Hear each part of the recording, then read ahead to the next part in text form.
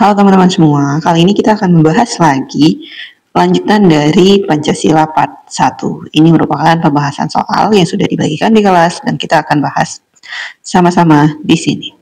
Kalau kemarin kita sudah sampai dengan soal nomor 7, kali ini kita akan bahas soal nomor 8. Ini seorang warga negara berencana untuk menjadi seorang pengajar di daerah terpencil yang kurang mendapatkan akses pendidikan. Bagaimana tindakan ini dapat mempengaruhi hak dan kewajiban warga negara lainnya? Kita harus tahu, ingat poinnya apa. Intinya ada seorang warga di sini yang berencana menjadi seorang pengajar di daerah terpencil yang kurang mendapatkan akses pendidikan. Oh, berarti ngomongin pendidikan. Kalau yang A, mempengaruhi hak untuk menyatakan pendapat, di soal kita tidak mengatakan tentang pendapat atau berpendapat atau menyatakan pendapat. Jadi menyatakan pendapat itu membuat dia salah karena tidak berhubungan dengan narasi soal. Kalau yang B, mempengaruhi hak untuk bebas dari penyiksaan, tidak ya. Di soal ngomongin pendidikan bukan penyiksaan. C, mempengaruhi hak untuk mendapatkan pendidikan, ini nyambung sama narasi di soal. Kita simpen yang C. Yang D, mempengaruhi hak untuk memiliki properti pribadi, tidak ngomongin properti teman-teman. Dan apalagi yang E, tidak ada hubungannya antara keduanya. Ada hubungannya daerah terpencil dan akses pendidikan.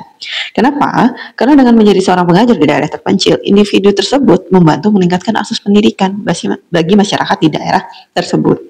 Ini bisa mencakup memberikan peluang pendidikan yang lebih baik. Itu tindakannya ya. Mempengaruhi, dia memberikan peluang pendidikan yang lebih baik untuk anak-anak dan warga di daerah tersebut. Dengan demikian, tindakan ini dapat berdampak positif pada hak pendidikan dan juga warga negara lainnya. Oleh sebab itu, maka jawabannya yang C.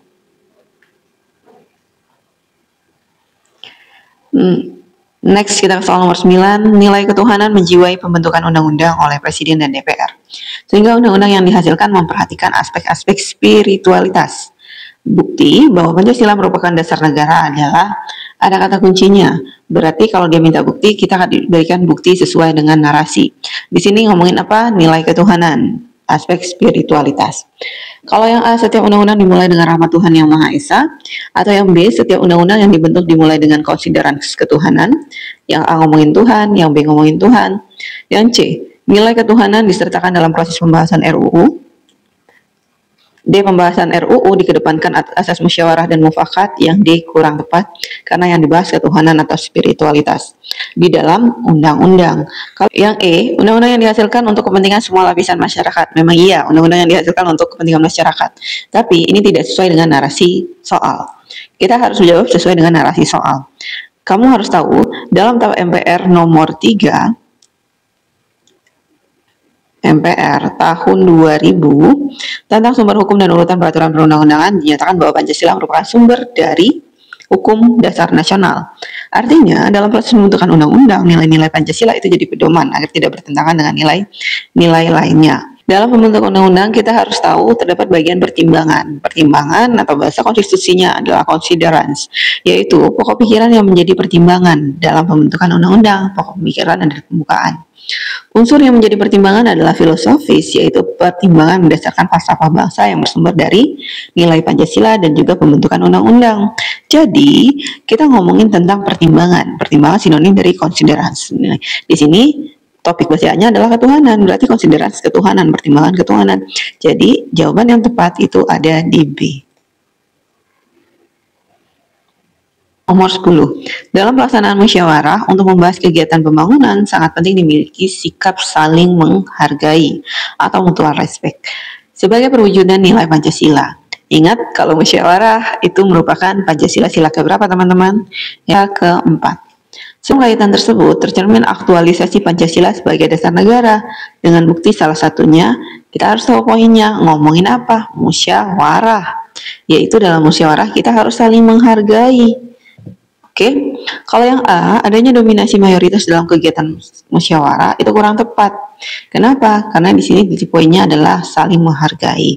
Ngomongin musyawarah sih, tapi nggak ngomongin dominasi. Jadi yang A itu kurang tepat. Yang B, mendahulukan kepentingan bersama di atas kepentingan pribadi. Iya, mendahulukan dalam musyawarah, kita harus mengutamakan kepentingan bersama di atas kepentingan pribadi maupun kepentingan golongan. Tapi kamu lihat di soal ngomongin kepentingan tidak ya. Jadi Jawaban B itu bukan salah, tapi kurang tepat. Jadi jangan pilih yang B. Yang C, menghindari keputusan yang menguntungkan semua pihak. Kata menghindari itu membuat kalimat ini salah. Kenapa? Kalau sudah diputuskan di dalam musyawarah, itu harus kita hormati. Tidak bisa dihindari, kayak gitu. Jadi yang C kurang tepat. Yang D, sikap saling menghargai di antara peserta musyawarah. Ini sesuai sama narasi, tapi kita lihat dulu yang E. Adanya keseimbangan antara hak dan kewajiban. Yang B, yang E itu bukan salah, tapi nggak sesuai sama narasi di soal. Kalau implementasinya itu harusnya ada dalam musyawarah, tapi soalnya tidak membahas keseimbangan antara hak dan kewajiban. Jadi yang E juga kurang tepat. Jawaban yang benar adalah yang D, teman-teman. Sikap saling menghargai. Kenapa? Karena di soal dia ngomongin saling menghargai. Jadi jawabannya D. Kamu bisa lihat di sini pembahasannya seperti apa. Tadi saya bilang kalau musyawarah adalah sila keempat, nilai yang paling menonjol itu kita harus menghargai. Ini yang di poin jadi jawaban tadi. Mengutamakan kepentingan bersama, ini poin yang lain tapi tidak dibahas di narasi soal, jadi bukan jawaban yang tepat. Menghindari pemaksaan kehendak juga poinnya tapi tidak dibahas di pilihan jawaban. Di narasi soal, sorry. Jadi dari kuncinya ada kata mutual respect, jadi jawabannya saling menghargai, yang D yang benar. Oke, kita next ke soal nomor 11.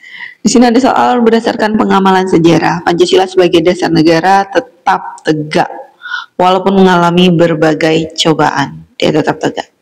Adapun kekuatannya, kenapa Pancasila itu di Indonesia disebut sebagai sumber dari segala sumber hukum, teman-teman. Nah, kenapa dia kuat? Karena kalau kamu buat aturan, itu sumbernya harus merujuk pada Pancasila. Misalnya, sila pertama, ketuhanan yang Maha Esa. Dari Pancasila ada ketuhanan yang Maha Esa. Tiba-tiba kamu buat aturan yang menentang sila pertama, itu nggak boleh. Kenapa? Aturan itu sangat banyak di Indonesia. Ada undang-undang tentang tata urutan perundang-undangan di Indonesia. Ada UUD, ada TAP MPR, undang-undang, perpu, dan lain-lain. Tapi ingat, buat aturan apapun, dari atas, dari yang tertinggi maupun terendah, dasarnya harus Pancasila. Kenapa? Karena kita yakin bahwa kekuatan Indonesia terletak pada dasar negara, dan Pancasila itu tidak boleh diamandemen, dirubah. Berdasarkan narasi ini, kita lihat yang A. Posisi negara yang terdiri dari pulau-pulau yang terpisah oleh laut. Kita ngomongin apa di sini? Ngomongin Pancasila, kekuatannya di mana, bukan posisi negara. Jadi yang A salah. B, keyakinan bangsa Indonesia akan kebenaran Pancasila. Ya, kita yakin. Kenapa? Karena dia sebagai dasar negara. Semua aturan bersumber pada Pancasila. Kemungkinan B benar. Kenapa saya coret di sini? Kita simpan yang B, tapi kita lihat C, pegawai negeri sipil yang menjaganya, ini kurang tepat. Kenapa? Karena Pancasila itu harusnya yang dijaga semua warga, tidak hanya PNS. D, kekuatan TNI dan kekuatan Polri, yang E juga kurang tepat. Intinya, jawaban yang tepat itu adalah yang B, keyakinan bangsa Indonesia akan kebenaran Pancasila. Makanya, karena kita yakin, makanya dia kuat. Oke? Nomor 12. Dalam mempertahankan kehidupan serta mengupayakan kehidupan yang lebih baik, manusia hidup bermasyarakat. Dalam hidup bermasyarakat tersebut perlu dijaga keserasian hubungan antar manusia dan juga ketertiban masyarakat itu sendiri. Untuk itu perlu sikap dan perbuatan apa? Yang perlu dijaga apa? Keserasian hubungan antar manusia dan ketertiban masyarakat. Caranya gimana? Sikap apa yang menunjukkan menjaga keserasian dan hubungan ini? Kalau yang A, menghormati hak-hak orang lain. Kamu punya hak nih, terus orang lain menghormati, itu menjaga keserasian hubungan atau tidak? Mungkin iya ya, tapi kita lihat yang B dulu. Semangat perjuangan yang tinggi, tidak. Semangat itu bisa kamu tanpa ada hubungan dengan orang lain, bisa aja menyemangati diri sendiri. Tekad yang bulat juga kurang tepat, pengendalian diri, semangat yang tinggi. Lah, B sama E mirip. Nah, gimana cara menjaga keserasian hubungan antar manusia? Yaitu kita antar manusia. Ada manusia A, ada manusia B, ada kamu, dan ada kawan kamu. Itu caranya kamu harus saling menghormati. Kamu nggak boleh ikut ke ranah pribadinya, yang menghormati hak dia. Kayak gitu. Jadi jawabannya adalah yang A. Pembahasan dasar negara dikaji pada 2 badan. Ini nih kurang N, yaitu BPUPKI dan PPKI. Panitia Persiapan Kemerdekaan Indonesia dibentuk pada PPKI ya yang ditanya. Nah, kamu tahu kalau panitia persiapan itu kan sebelum merdeka. Kita lihat, kita merdeka tanggal 17 Agustus 45. Kalau yang D ini 18 Agustus. 18 Agustus itu kan setelah kita merdeka. Ya mungkin merdeka dulu baru panitianya dibentuk. Jadi yang D juga salah. Yang E juga salah teman-teman. Karena ini November 45. Berarti dia setelah Agustus. Logikanya gitu ya. Jadi tinggal 3 pilihannya. 9 Agustus, 1 Juni, atau 7 Agustus. 1 Juni itu adalah lahirnya Pancasila, bukan PPKI. Jadi, jawaban yang tepat, PPKI dibentuk kapan? Itu tanggal 7 Agustus 1945. Jawaban yang tepat itu yang C. Masya Allah, soalnya panjang sekali.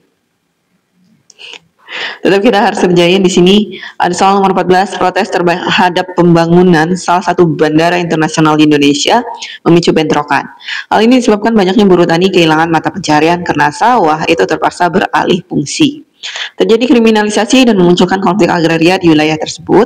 Menurut salah satu anggota Komnas HAM, bentrokan terjadi karena masalah komunikasi. Saat itu, menurutnya komunikasi dilakukan dengan cara key person, sedangkan warga desa ingin semua dilibatkan. Nah, bentrokan tersebut dapat dihindari apabila pihak-pihak yang terlibat dalam pembangunan bandara dapat memfungsikan dan mendudukan Pancasila sebagai apa. Ini panjang sekali ya teman-teman, panjang sekali. Tapi ingat kalau TWK itu biasanya ada kunci jawaban, bukan kunci ya, letak jawaban adalah kalau mau jawab itu perhatikan kalimat tanyanya. Kalimat tanyanya yang sebelum A. Kalimat terakhir, bentrokan tersebut dapat dihindari apabila pihak-pihak yang terlibat dalam pembangunan bandara dapat memfungsikan dan mendudukan Pancasila sebagai apa. Berarti ini pertanyaannya tentang kedudukan Pancasila. Nah, bahasnya apa? Apa yang dibahas di soal kayak gitu. Pembahasan atau pokok masalah di soal itu biasanya ada di kalimat awal, kayak bahasa Indonesia teman-teman. Ada di kalimat awal, kalau nggak ada di kalimat terakhir. Kalimat awalnya protes terhadap pembangunan, ya, karena dia protes nggak didengerin. Nah, ini adalah masalah utama. Di tengah-tengah ini terjadi kriminalisasi sampai dengan key person, sampai dengan semua ingin dilibatkan. Itu adalah pengecohnya. Itu biasanya di TWK seperti itu adalah masalah pengecohnya. Jadi kita jangan terkecoh, kita ke awal ya. Kita lihat di sini gimana. Kita sekarang lihat fokus ke masalahnya. Masalahnya ada di awal dan di akhir. Berarti kita lihat dia ngomongin pembangunan. Kalau yang A, pandangan hidup bangsa, itu ngomongin kegiatan kehidupan sehari-hari. Jadi jawabannya bukan yang A. Karena ini bukan kegiatan kehidupan sehari-hari, nggak mungkin tiap hari kamu protes pembangunan. Yang B, paradigma pembangunan nasional, iya nggak?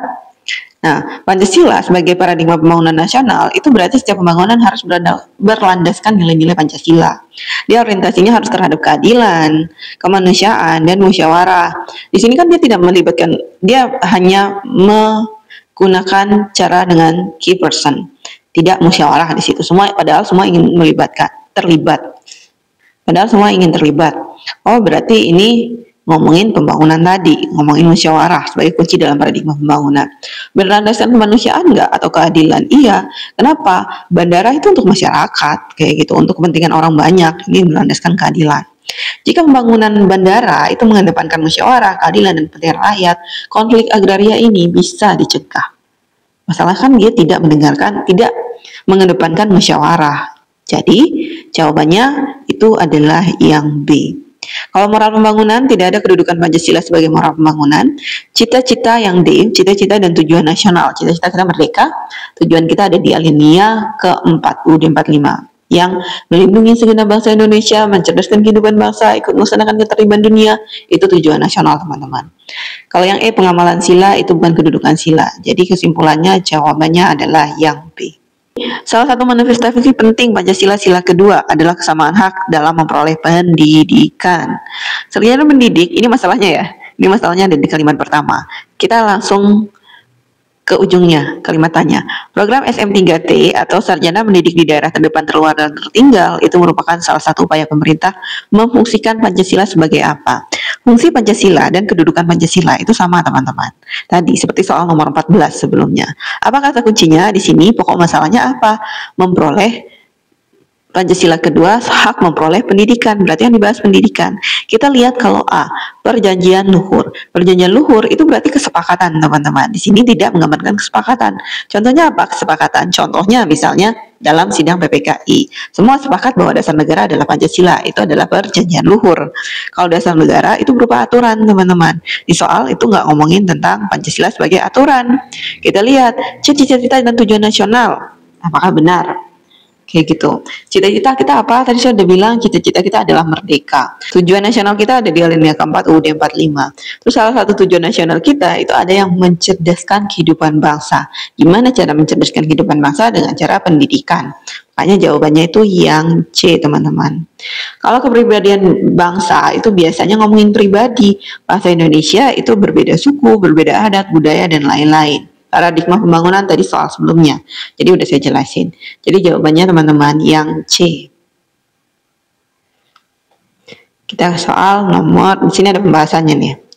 Ya, kamu bisa baca. Selanjutnya kita ke soal selanjutnya, nomor 16. Oke. Dari berbagai macam rumusan Pancasila yang sah dan benar secara konstitusional yang diperkuat dalam ketetapan, nggak usah dibaca ininya ketika kita kerjain soal. Kenapa? Karena mempersingkat waktu, manajemen waktu kamu harus dibenerin. Nah, isi dari aturan ini itu menegaskan pengucapan, penulisan, dan rumusan Pancasila yang sah dan benar. Nah, rumusan Pancasila yang sah dan benar adalah rumusan yang tercantum dalam apa? Itu intinya. Pertanyaannya di kalimat terakhir, rumusan yang Pancasila yang sah dan benar tercantum dalam, ada 3 ya rumusan Pancasila. Yang pertama ada rumusan dari para tokoh, yaitu Muhammad Yamin, Soekarno, dan Supomo. Terbalik, rumusan dari 3 tokoh Muhammad Yamin, Supomo, dan Insinyur Soekarno yang tanggal 29 sampai dengan 1 Juni 1945, 29 Mei. Rumusan kedua itu ada di Piagam Jakarta, tapi rumusan yang sah, satu-satu yang sah hanya ada di pembukaan UUD 45 alinea keempat. Jadi jawabannya yang tepat adalah yang A. Jadi kamu jangan terkecoh sama aturan. Lihat aja kalimat tanyanya, yang sah hanya ada di pembukaan, jadi jawabannya A. Ini dijelasin rumusan Pancasila ada di mana aja, ada di sini kayak gitu. Yang sah ada di pembukaan UUD 45.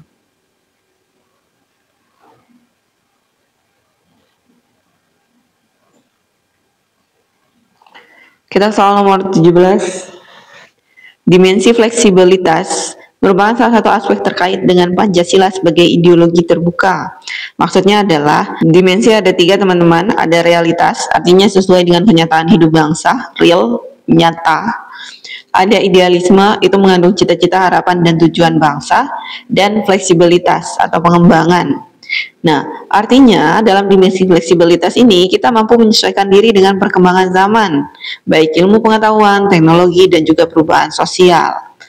Jadi, itu arti dari fleksibilitas. Dari soal ini, fleksibilitas yang mana? Kalau yang A mengandung cita-cita yang ingin dicapai, bukan ya. Yang B, yang terkandung di dalamnya harus berdasarkan nilai yang ada di dalam kehidupan masyarakat. Ini realitas, bukan fleksibilitas. C, mencerminkan kemampuan sebuah ideologi untuk menyesuaikan diri dengan perkembangan yang ada di masyarakat. Tadi kan dibilang, baik ilmu pengetahuan, sosial, masyarakat, budaya, dan lain-lain. Jadi teman-teman jawabannya yang C. D, mudah dipengaruhi tanpa adanya pemilahan. Tidak ya. Pancasila dapat diubah kapanpun oleh rakyat, yang nggak boleh. Yang boleh dirubah adalah UUD. Pancasila nggak boleh dirubah. Jadi 17 jawabannya yang C.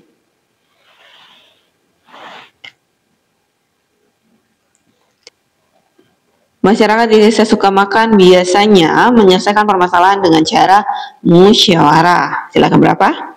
Ya, musyawarah sila keempat. Mereka meminta masukan dari berbagai tokoh masyarakat agar pihak-pihak yang terkait permasalahan dengan ikhlas dan penuh tanggung jawab menerima hasil dari penyelesaian masalah. Ingat, ini hanya memperpanjang masalah. Ini atau pengecoh di dalam TWK. Kalimat tanyanya, berdasarkan hal tersebut warga desa Sukamakan telah mengamalkan nilai-nilai Pancasila, terutama nilai dasar apa? Nilai dasar itu adalah kata depan dari Pancasila. Kayak 1, ketuhanan yang Maha Esa. Berarti nilai dasar ke-1 adalah ketuhanan. Nah, musyawarah ini tadi kita tahu itu sila keempat. Bunyi sila keempat depannya apa? Iya benar. Depannya adalah kerakyatan, makanya jawabannya yang D, kerakyatan. Nih, ini tinggal dibaca. Oke. Kita ke 19. Berikut adalah perilaku yang menyimpang dari nilai-nilai Pancasila sebagai ideologi terbuka. Kecuali, berarti kita cari yang tidak menyimpang, teman-teman.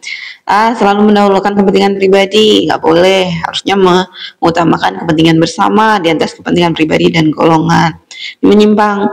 B, tidak mau ikut pemilu, nggak ya, kamu tidak menggunakan hak pilih kamu, di situ tidak baik.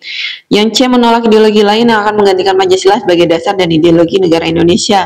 Miss, kalau panjang, kalau yang benar yang mana? Yang paling panjang, tapi kita harus dibaca tetap, teman-teman, dibaca. Jangan karena dia panjang itu benar. Di sini kan yang menyimpang kecuali, berarti yang tidak menyimpang.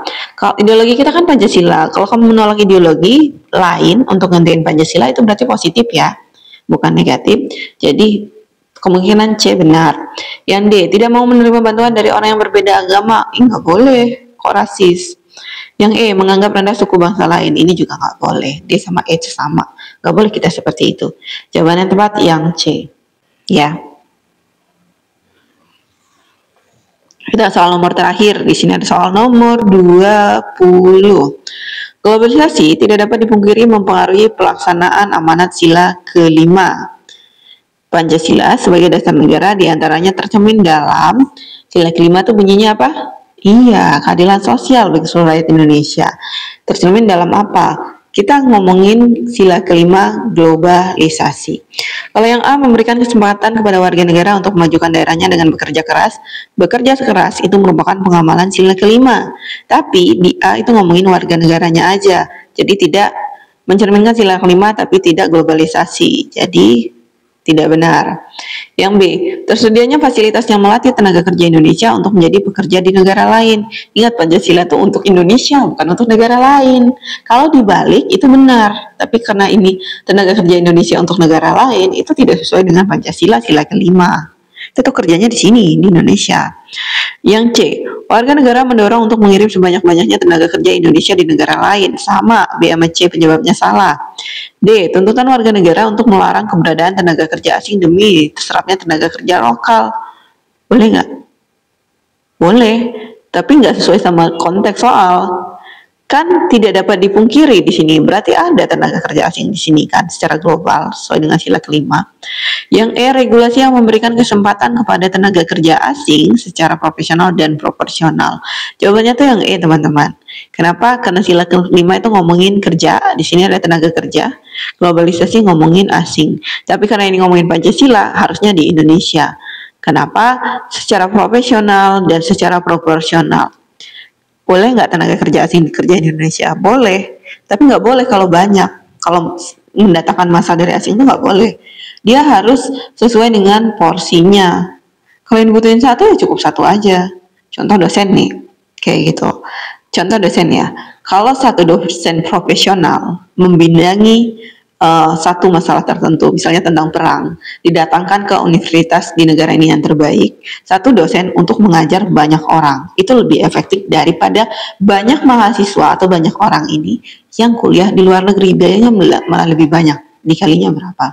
Jadi boleh tenaga kerja asing, asal regulasi atau aturannya jelas dan sesuai dengan porsinya. Jadi jawabannya yang E.